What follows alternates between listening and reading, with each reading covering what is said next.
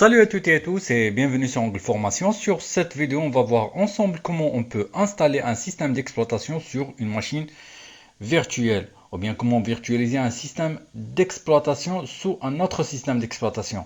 Ce vidéo explique comment installer un système d'exploitation sur une machine dotée de Windows 10 dans l'infrastructure. On va utiliser le software Hyper-V. Tout d'abord, on va commencer par lancer l'outil. Donc, je vous invite à cliquer sur démarrer après recherche et vous tapez Hyper-V. Donc, après l'exécution du programme, vous aurez cette interface bien sûr. Donc, après, vous cliquez sur nouveau ordinateur virtuel et après, vous avez le choix de choisir le nom que vous désirez. Donc, il n'y a pas de souci là-dessus. Donc, vous pouvez choisir le nom que vous voulez. Moi, je vais mettre Kali Linux ou bien Kali tout court, vu que je vais installer un système d'exploitation Linux version Kali. Donc, et après l'emplacement de votre machine virtuelle, donc vous pouvez laisser l'emplacement par défaut, sinon vous pouvez le choisir comme vous voulez, donc il n'y a pas de souci. Aussi, sur cette étape, vous avez deux choix. Donc, vous avez la possibilité de sélectionner 64 bits ou bien un système UEFI ou bien une version 32 bits avec le choix numéro 1. Aussi la mémoire, vous pouvez la laisser par défaut, donc sinon vous pouvez mettre plus, le disque dur aussi. Vous pouvez laisser le choix par défaut, il n'y a pas de souci là-dessus. Et aussi pour choisir le chemin de votre fichier image que vous avez téléchargé au préalable. Donc moi je l'ai mis sur le bureau, ça s'appelle Kali Linux. Et je clique sur suivant. Après terminer, je patiente quelques instants le temps de la création de la machine virtuelle. Et voilà, ma machine est déjà créée. Je vais cliquer sur démarrer la machine, tout simplement. Donc comme vous voyez tout en bas sur la troisième case, donc pour se connecter à la machine virtuelle, il suffit seulement de cliquer sur se connecter tout court. Donc après vous aurez une petite fenêtre qui vous affiche la progression de votre machine virtuelle. Donc voilà, l'ISO vient de se lancer. C'est comme si vous avez mis un CD physique. Et après vous pouvez choisir. Donc le choix qu'on va choisir c'est installe.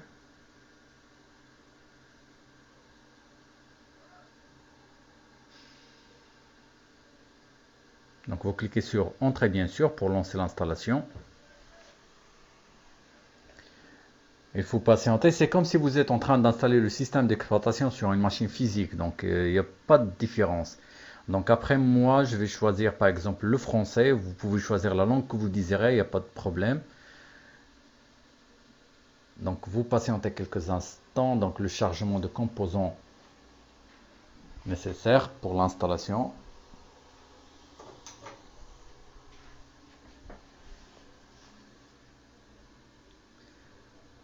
Donc, cette étape, ça peut durer quelques secondes. C'est l'assistant d'installation, bien sûr, qui achève les composants nécessaires pour l'installation. La détection des connexions, l'attente d'adresses et de liens locaux, DHCP. Donc vous avez toutes les fenêtres ou bien tous les éléments de l'assistant d'installation qui sont titrés. Donc vous pouvez voir ce qui se passe bien sûr. Donc ces étapes-là, ça passe automatiquement, donc ça ne demande pas votre intervention. Passe. Et après ici, donc il vous demande de mettre formé. Donc il suffit seulement de mettre 4 blocs sur l'adresse IP. Donc le 1.1 par défaut, si vous avez des routeurs normaux de standard, donc c'est l'adresse du routeur.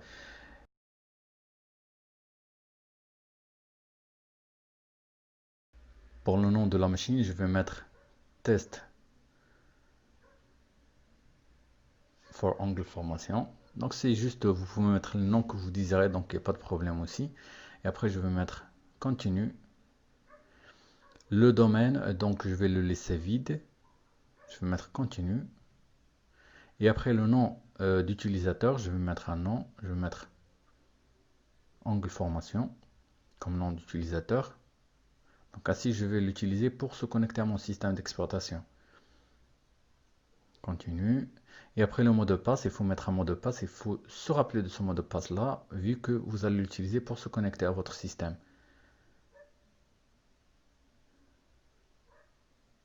Et voilà.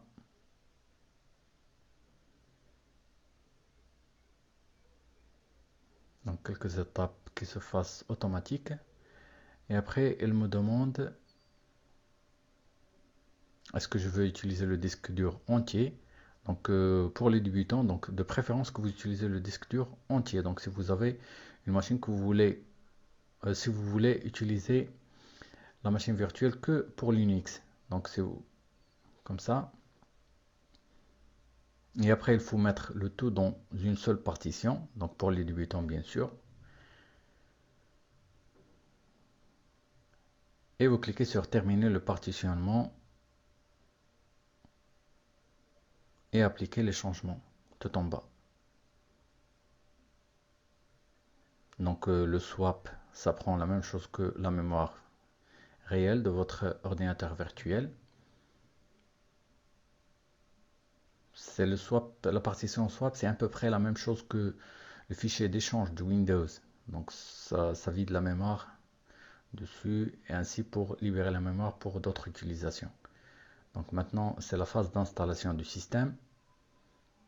Donc je viens d'accélérer cette phase. Ça prend à peu près 10 minutes, comme ça.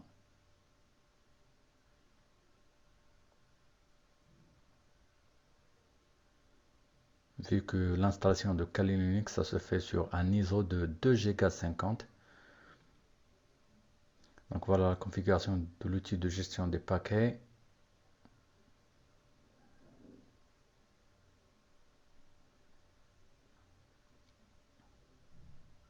Vous cliquez sur non plutôt.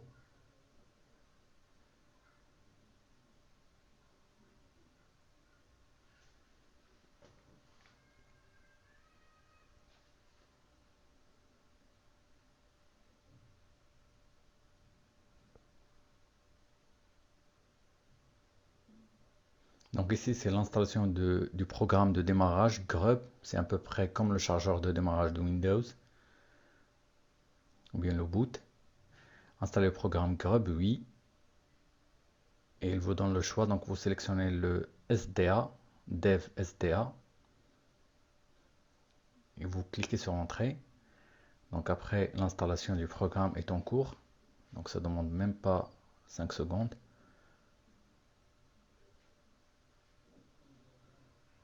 Et voilà, la fin de l'installation.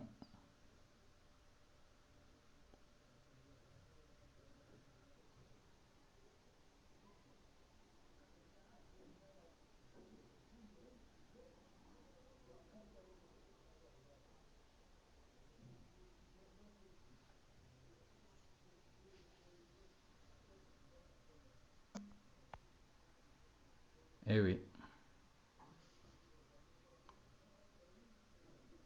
Et voilà, le système vient de se redémarrer. Voilà le boot. Il me donne le nom de mon système. Je touche à rien, donc ça se lance automatique. Donc comme vous voyez, c'est comme si on est en train de se lancer sur une machine normale, physique. Donc c'est très rapide. On remarque même pas les lenteurs. Et voilà, on peut mettre le nom d'utilisateur, c'est Angle Formation, comme je l'ai mis tout à l'heure. Et le mot de passe associé.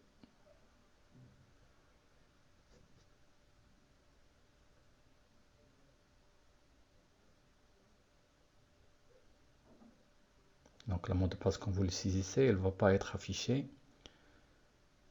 C'est parmi les mesures de sécurité de Linux.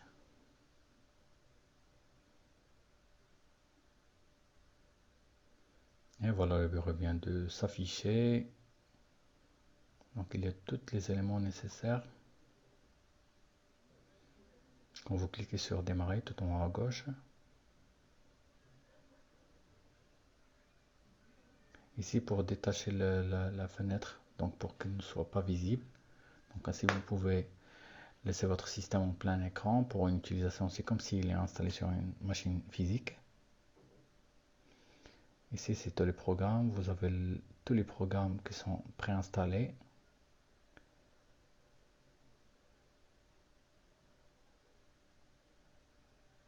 Donc il y a les analyses de vulnérabilité, il y a les attaques de mots de passe, etc. Donc c'est des programmes pour pour la sécurité offensive, donc pour faire des tests, etc. Vous avez un terminal que vous pouvez utiliser pour sortir du terminal, soit avec la souris ou bien un exe, tout simplement. Et vous cliquez sur Entrée. Maintenant, je vais essayer de me déconnecter du système, déconnexion. Comme vous voyez, donc vous avez toutes les possibilités, soit déconnexion, redémarrer. Donc c'est déconnexion. J'aurai un login. Donc si je mets mon nom d'utilisateur, mot de passe, je vais me connecter.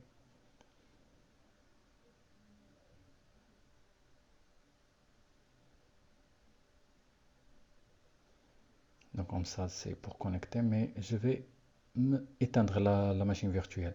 Donc vous voyez, quand vous l'éteignez, donc elle s'éteint et elle est passée sur état désactivé. Donc pour lancer la machine, donc il suffit seulement que vous cliquez sur se connecter ou bien démarrer et la machine se lance. Donc comme vous voyez, elle est en train de se lancer. Donc je peux la laisser se lancer en arrière-plan, sinon si je veux un visuel, je vais faire se connecter tout simplement, bien double-clic sur la vignette pour avoir une petite fenêtre ou bien pour avoir l'affichage de ce qui se passe sur ma machine virtuelle. Donc je clique sur se connecter et voilà, tout ce qui se passe sur la machine virtuelle, je l'ai en visuel. J'ai la possibilité de faire un zoom, donc le niveau du zoom, donc par défaut il est sur 50%. Je peux le rendre sur automatique si je veux.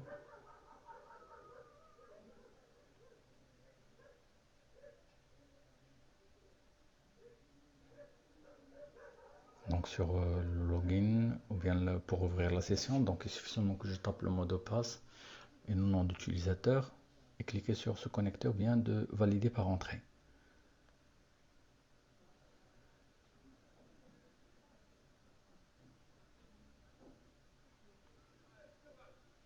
Et voilà, la machine se lance. Je vais changer l'affichage pour avoir un écran adéquat. Donc je vais la laisser sur automatique. Comme vous voyez, donc l'écran est largement suffisant. Sinon, je peux le mettre en plein écran, donc pour une utilisation à longue durée, pour ne pas fatiguer les yeux.